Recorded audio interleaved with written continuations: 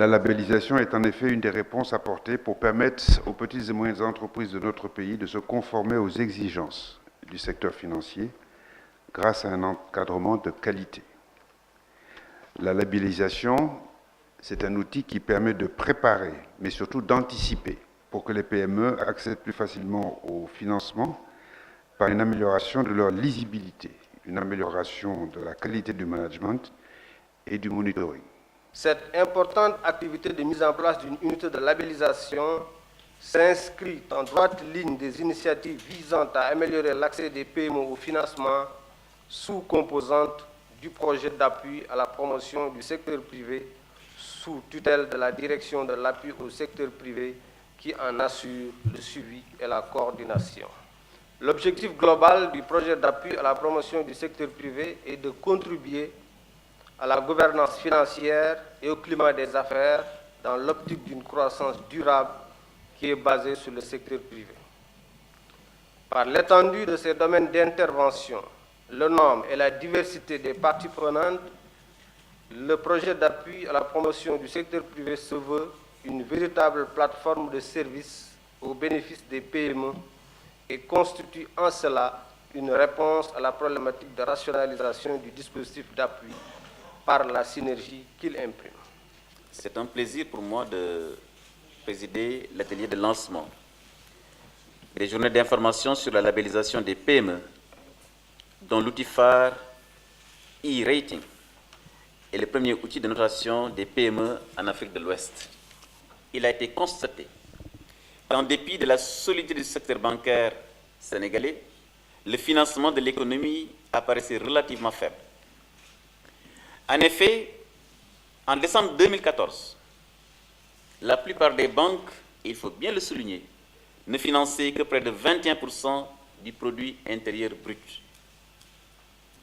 21% du PIB. Alors que dans de nombreux pays émergents, le taux est à 80%. Et les pays développés comme les États-Unis, c'est à plus de 100%. Parallèlement, dans une récente étude menée par la BCEAO, c'est la BCEAO qui le dit, sur les contraintes de l'accès des PME au financement, il relevait qu'à plus de 97%, la faible qualité de l'information produite par les PME était une contrainte, et à plus de 87%, l'insuffisance dans la gestion et la gouvernance. Or, il est apparu, lors des concertations entre le secteur bancaire et les PME, que le renforcement des capacités des entreprises ainsi que leur encadrement de qualité par les structures d'appui technique peuvent considérablement améliorer l'accès au financement.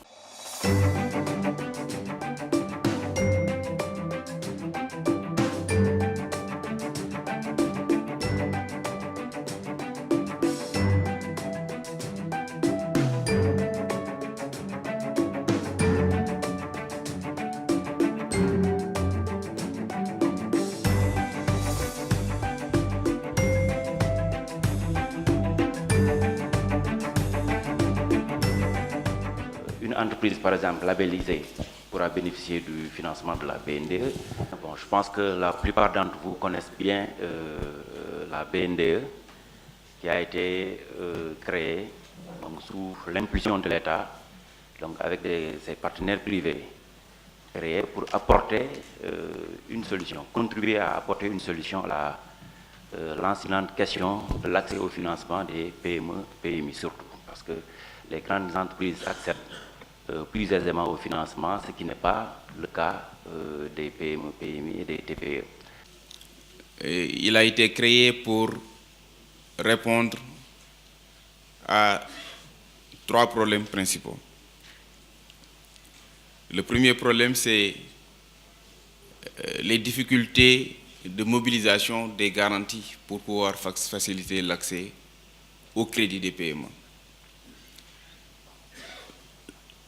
La seconde difficulté, c'est en fait le coût des crédits qui est élevé. Et dans ce cadre-là, le FONGIP a également pour mission de favoriser un allègement des conditions de crédit destinées aux PME. Et en troisième lieu, de contribuer à la mise en œuvre du dispositif d'accompagnement des PME pour renforcer la qualité des dossiers de financement qui sont soumis, parce que le FONGIP a été créé sur la base des résultats des études qui ont été réalisées concernant les contraintes d'accès au financement, lesquelles études qui ont relevé que 51% des difficultés d'accès au financement des PME étaient liées à une insuffisance de garantie, donc qui sont proposées aux institutions financières, et 35% étaient liés à un défaut de structuration des dossiers, d'où la pertinence même donc de ce programme de labellisation qui renforce davantage la qualité des dossiers de financement. Le FONSIS a pour vocation de jouer le rôle de catalyseur de projets d'investissement ou bien de sociétés déjà existantes qui veulent faire des expansions. Principalement, le FONSIS investit en fonds propres, c'est-à-dire en capital et en quasi-capital. Si vous avez votre projet, vous allez voir une banque et la banque vous demande un apport. Comme le disait tout à l'heure la BNDE, la banque vous demande d'apporter au minimum 30% de fonds propres comme apport dans le projet pour que la banque puisse vous accompagner sur le reste des 70% nécessaires pour l'investissement avant d'aller voir le FONGIP pour la garantie. Donc si le projet est vraiment un projet bancable qui intéresse la banque et tout, le FONSIS est prêt à le voir à travers ces deux sous-fonds qu'il a déjà créés. Nous pouvons dire qu'effectivement, cette non-implication ou cette faible implication des banques dans l'économie se justifie d'une part par la qualité des dossiers qu'on nous présente et en plus par les casses que les banques ont subies auparavant. Je m'explique. Aujourd'hui, nous avons des taux de NPL, non-performing loan, comme on dit, de 18%, 20%. Dans tous les portefeuilles des banques. Vous avez des portefeuilles, des crédits en souffrance extrêmement lourds, pour des normes de 3 à 5%. Et cette situation ne plaide pas en faveur de la PME, PMI. C'est pourquoi les banques s'orientent vers des crédits structurés, qui sont moins risqués et qui rapportent plus. Mais aujourd'hui, dans le cadre du PSE, nous avons un creuset, c'est une niche. Nous avons tous aujourd'hui, je sais que à Ecobank, on nous a instruit d'accompagner, de faire une participation effective au niveau du plan Sénégal émergent. Impaxis Capital, comme beaucoup, je pense, savent un peu déjà, c'est une banque d'affaires. Donc c'est une banque d'affaires qui est spécialisée dans les opérations de haut bilan et d'ingénierie financière. Donc qui est surtout là, surtout pour appuyer et aider les dirigeants d'entreprise, les actionnaires, donc les investisseurs, dans leurs projets. Et par rapport au programme actuel dont on parle, la labellisation, Impaxis se place juste à côté ou juste après cette labellisation. C'est-à-dire, lorsque j'ai entendu parler les différents panélistes, les entreprises sont parfois confrontées à des opérations stratégiques pour lesquelles le dirigeant d'entreprise ou le comité de direction a besoin d'un appui ou d'un accompagnement.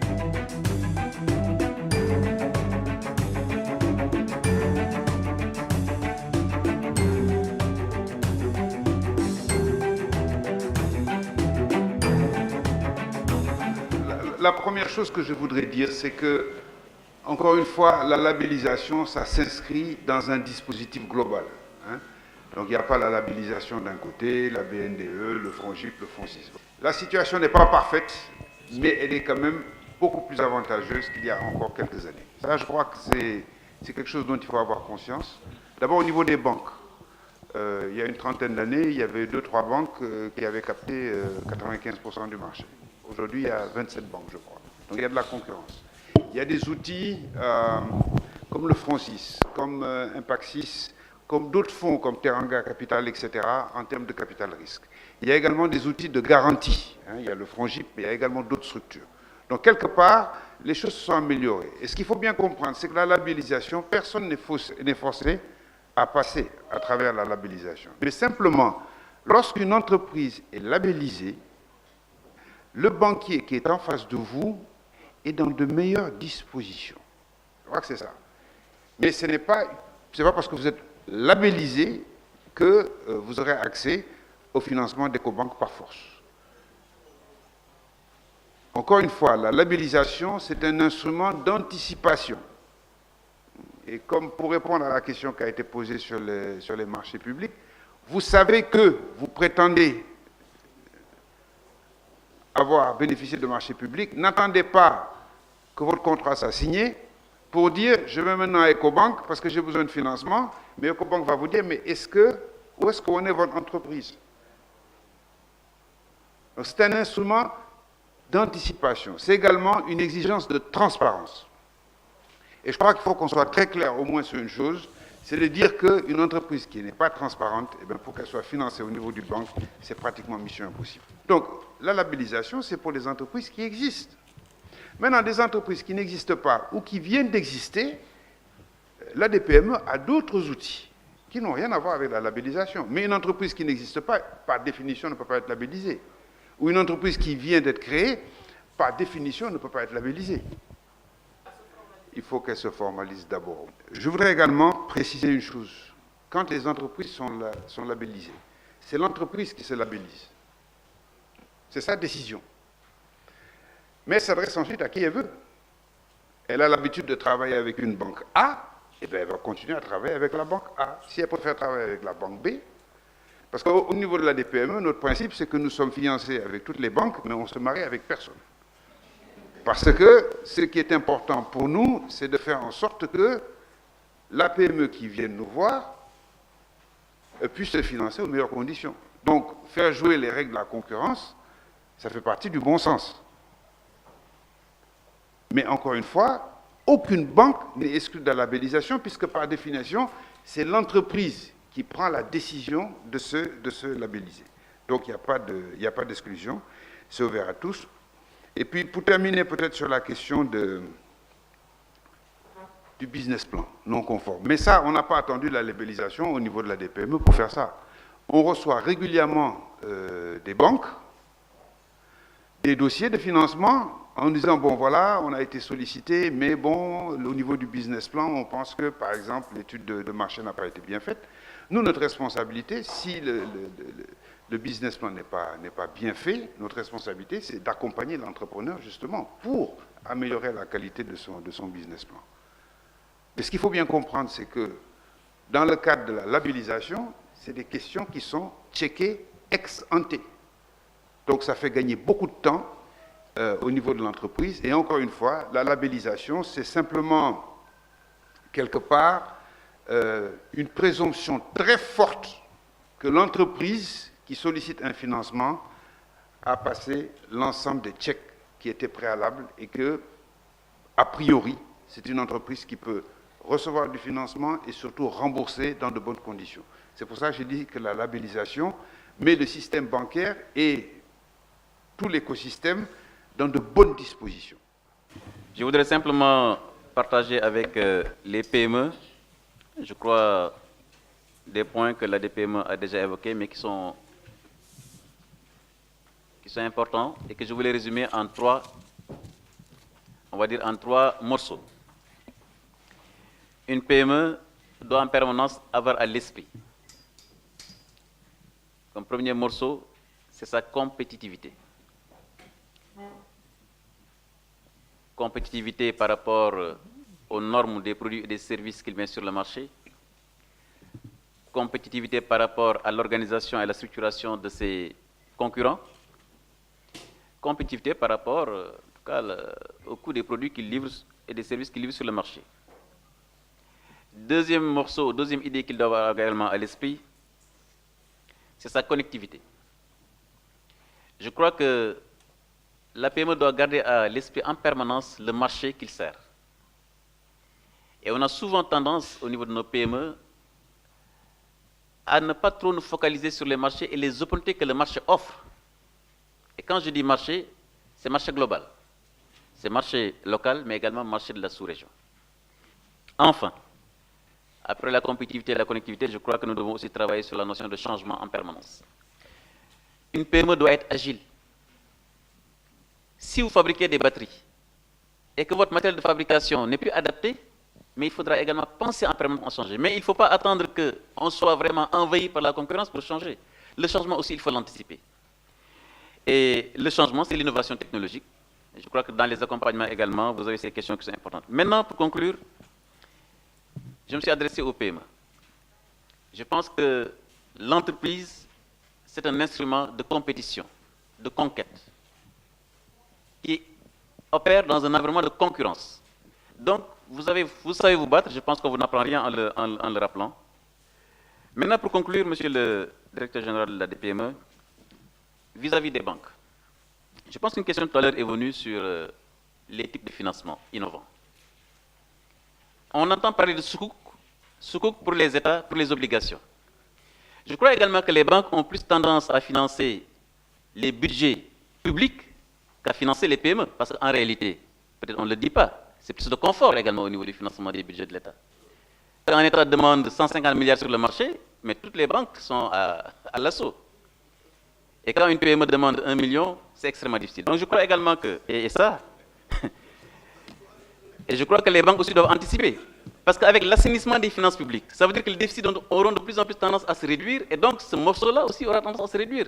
Donc vous avez également intérêt, vous, banques, à vous diversifier, à également mettre un focus sur les PME. Parce que quand on a un taux de croissance de 6,5%, cela veut dire qu'il y a des entreprises qui exercent, qui font des résultats. Donc il faudra porter une attention toute particulière à l'évolution aujourd'hui de la structure de l'économie, qui fait que nous avons un secteur privé aujourd'hui de plus en plus fort. Monsieur le directeur général, voilà les quelques éléments de réflexion que je voulais mettre en tout cas sur la table, à partir des idées que j'ai entendues ça et là, en félicitant encore une fois la DPME et toutes les banques partenaires, et en encourageant les PME sénégalaises pour leur dire enfin que le plan Sénégal émergent doit être une opportunité pour vous. Une entreprise également, c'est une anticipation. Et je crois que tout cela, naturellement, c'est l'État fera son travail d'accompagnement à travers les institutions qui sont là, mais aussi les initiatives privées. C'est le secteur privé, ça c'est vous.